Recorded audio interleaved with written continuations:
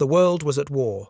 Cities burned, armies clashed, and nations trembled under the weight of violence. But behind the front lines, in shadowy rooms and quiet streets, another kind of battle was being fought, a battle of secrets, lies, and deception. This was the world of espionage, where information was more deadly than a bullet, and trust could be the deadliest trap of all. And, in this hidden war, some of the most remarkable stories were those of the double agents, ordinary people turned masters of deceit, whose courage, cunning, and nerve helped shape the outcome of World War II in ways the world would barely know for decades. Imagine walking down a bustling street in London, or Paris, or Berlin in the 1940 seconds, never knowing who around you might be listening, reporting, or plotting your undoing. In a world without email or cell phones, spies moved in the shadows, relying on intuition, secret codes, and nerves of steel.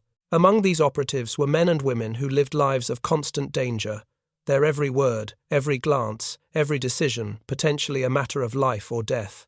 And then there were those who walked an even thinner line, double agents, pretending to serve one master while secretly betraying another, playing an extraordinarily dangerous game that required not just courage, but near superhuman cunning. Before the war, espionage might have seemed like a shadowy game for a select few, the purview of secret societies and government operatives. But by the 1940 seconds, the stakes could not have been higher. Germany's military machine, with its blitzkrieg tactics and terrifyingly efficient intelligence network, threatened to engulf Europe.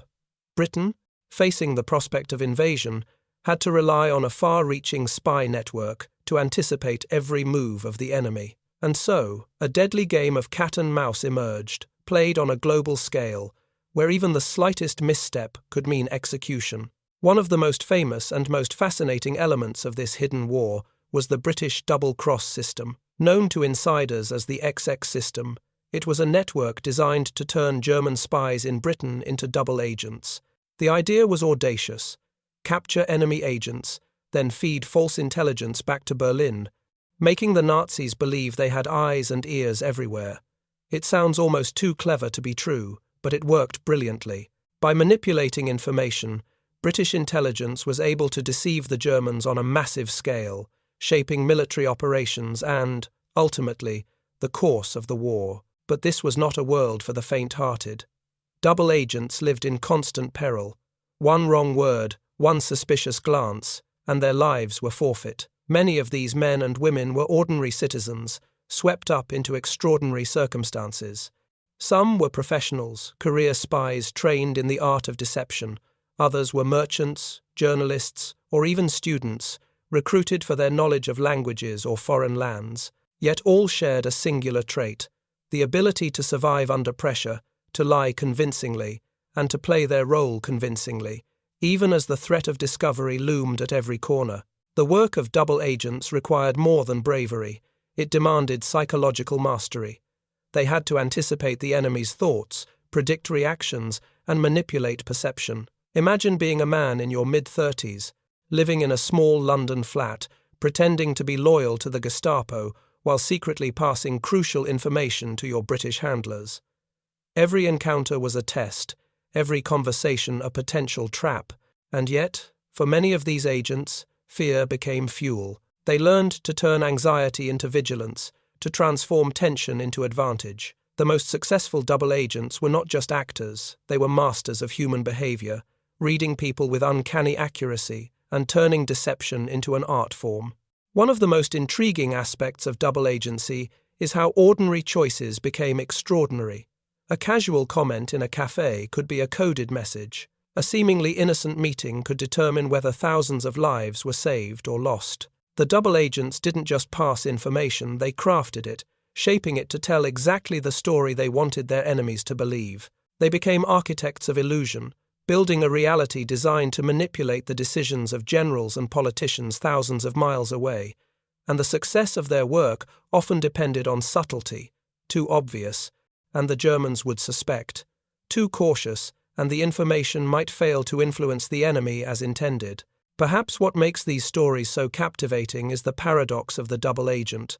They were both heroes and liars, patriots and deceivers. To the British, they were invaluable tools, instrumental in operations that saved lives and altered the course of the war. To the Germans, they were trusted informants, feeding them intelligence that often led them astray.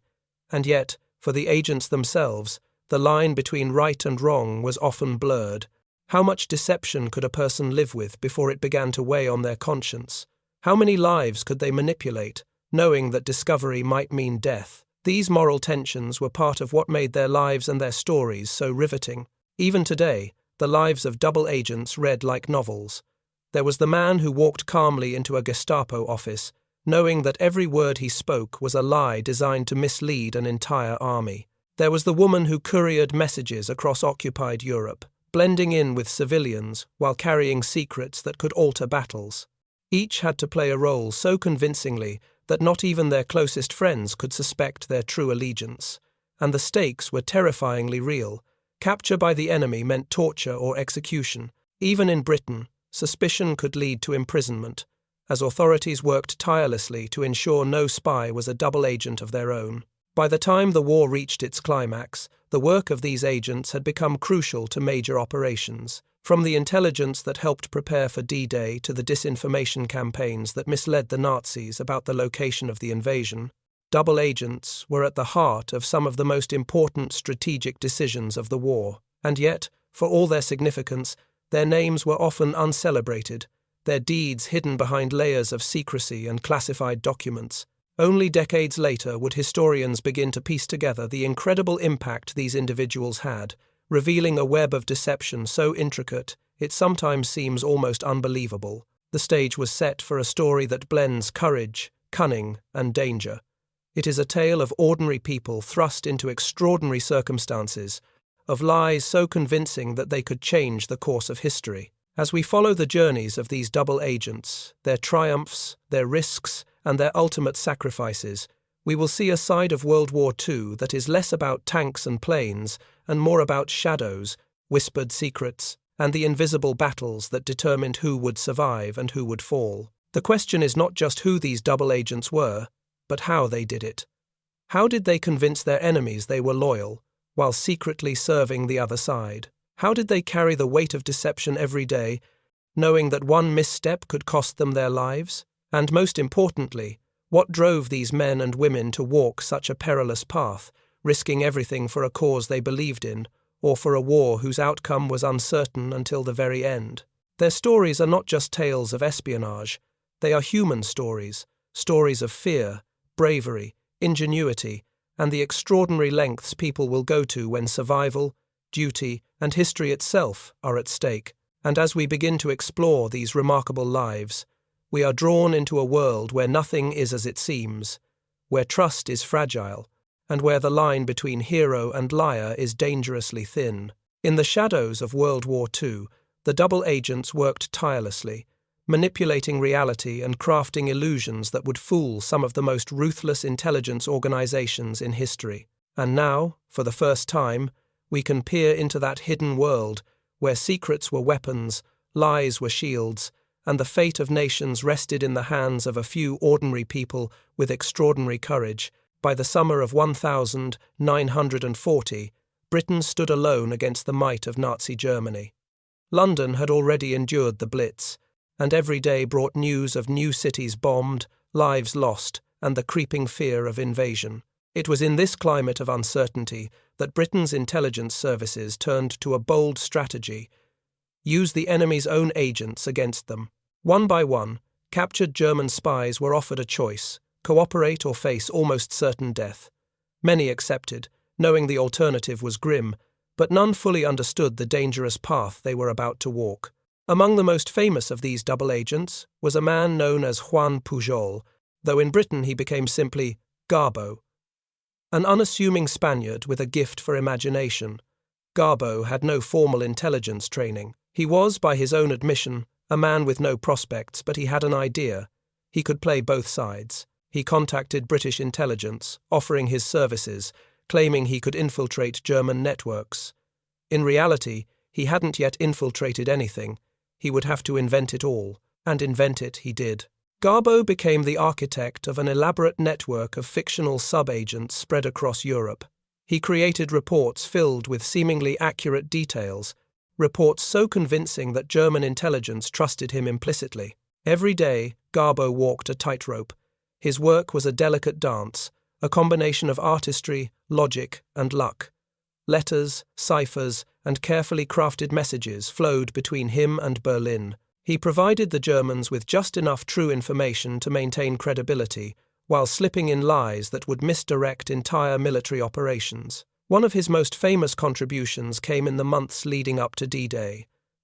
Through Garbo's fabrications, the Germans became convinced that the Allies would land at Pas-de-Calais rather than Normandy. Entire German units remained in the wrong place at the wrong time, a decision that saved thousands of Allied lives and helped secure the success of the invasion. Garbo was not alone.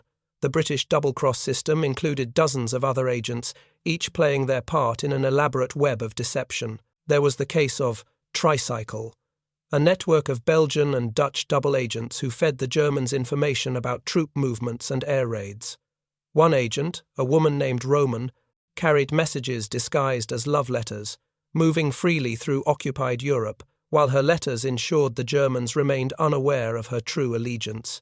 These agents often risked their lives on every journey, blending in with civilians, evading checkpoints, and always aware that one slip could mean execution.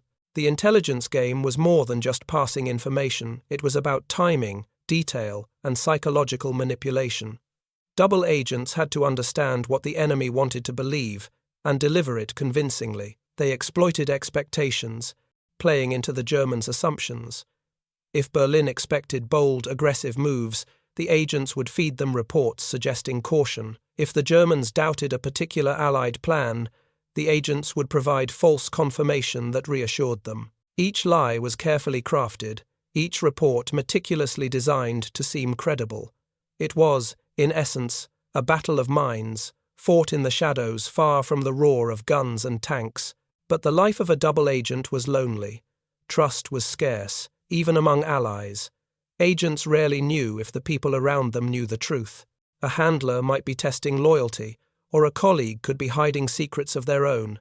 Many double agents carried their deception to the grave, never revealing the full extent of their work even to family members. They lived in a world where deception was constant, where the line between reality and fabrication blurred, until it was almost impossible to tell the difference.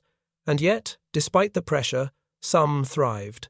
Their brilliance lay in their ability to turn fear into focus, doubt into strategy, and danger into opportunity. One fascinating case involved an agent codenamed Celery. This man was a German spy who, upon capture, agreed to work for the British. His missions included delivering false intelligence across the Channel, sometimes travelling through the very towns where people had been executed for resistance work. Each trip was fraught with peril, requiring careful timing, a cool head, and absolute confidence in the story he was presenting. He learned quickly that a single gesture, a misstep, a nervous glance could unravel months of careful planning. The smallest detail mattered. And yet, through skill and nerve, agents like Celery became linchpins in operations that altered the course of the war. The psychological pressure was immense. Agents lived dual lives, embodying personas that were entirely fabricated, yet maintaining them under extreme scrutiny. Letters had to be flawless, accents perfected, stories consistent. Their enemies were experts in detecting deception, trained to notice even the subtlest inconsistencies. One wrong word could lead to immediate suspicion. Some agents, like Garbo, became masters of minutiae, inventing entire backstories for imaginary subordinates, complete with personal habits, histories, and even fictional romantic entanglements, all to make their reports appear credible. The ingenuity was staggering, and the Germans never caught on. Not every attempt was smooth, of course. There were near misses, moments when the line between life and death narrowed to a single choice. Some agents were caught, interrogated, or barely escaped execution. But each successful operation added layers to the deception, building credibility with the enemy and creating opportunities for larger strategic victories. The British learned that controlling information could be as decisive as controlling armies. Double agents were no longer just spies, they were instruments of strategy, shaping enemy perception on a scale that few could imagine. And while we remember battles like Normandy and the Battle of Britain, the War of Shadows played out in parallel, invisible yet immensely consequential. The success of D-Day, for instance, owed as much to the courage and ingenuity of double agents as to the planning of generals.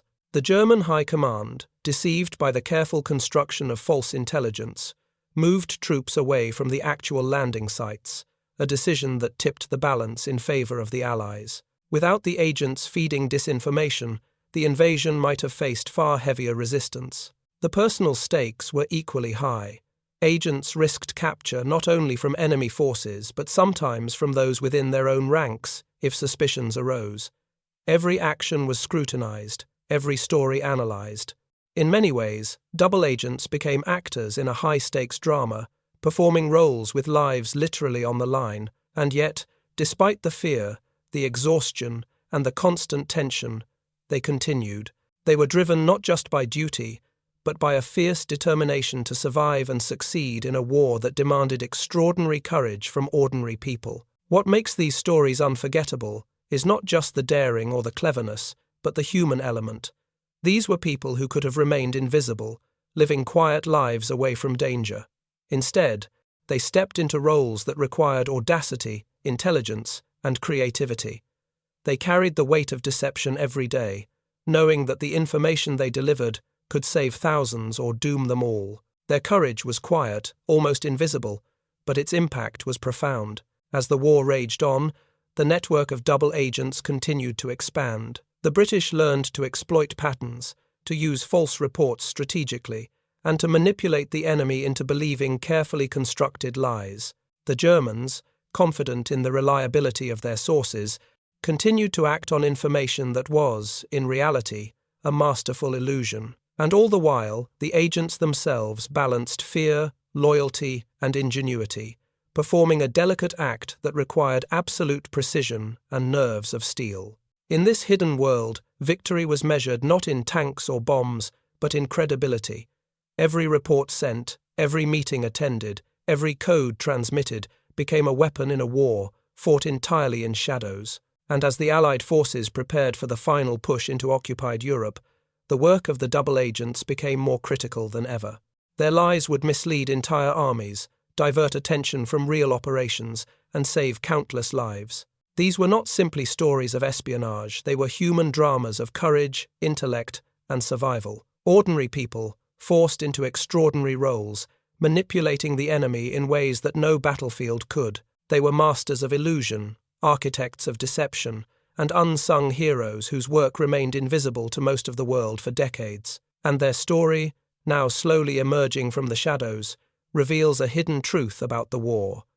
Sometimes, the most decisive battles were fought not with weapons, but with words, trust, and cunning. As 1944 approached, the war was entering its final, decisive phase. The Allies were preparing for the largest amphibious invasion in history, D-Day. The success of this operation depended not only on tanks, ships, and paratroopers, but on a vast, invisible network of deception built by double agents. These men and women, often unknown even to their fellow citizens, had spent years feeding the Germans carefully crafted lies, each report designed to mislead, confuse, and manipulate. And now, the moment of truth was near. Juan Pujol Garbo stood at the center of this intricate web. By this time, he had invented a network of more than 30 fictitious agents, each sending reports to Berlin. Every message contained enough truth to maintain credibility, but enough falsehood to mislead. The Germans trusted him implicitly.